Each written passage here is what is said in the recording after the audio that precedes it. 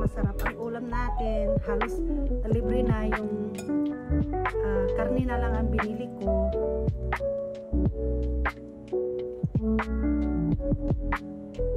Nakakalibre tayo kapag may mga tanim-tanim talaga tayo dito sa ating bahay, sa likod ng bahay. So ito nga, masarap na naman ang pagkain natin. Kain na tayo.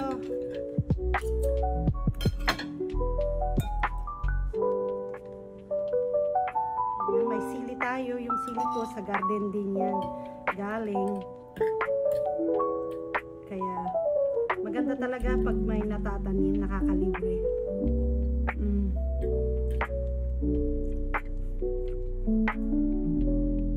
Tapos yung lemon ko na din. Sa garden din yan galing. Sa tanim kong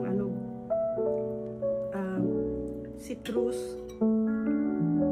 Masarap pagka may anghang-anghang.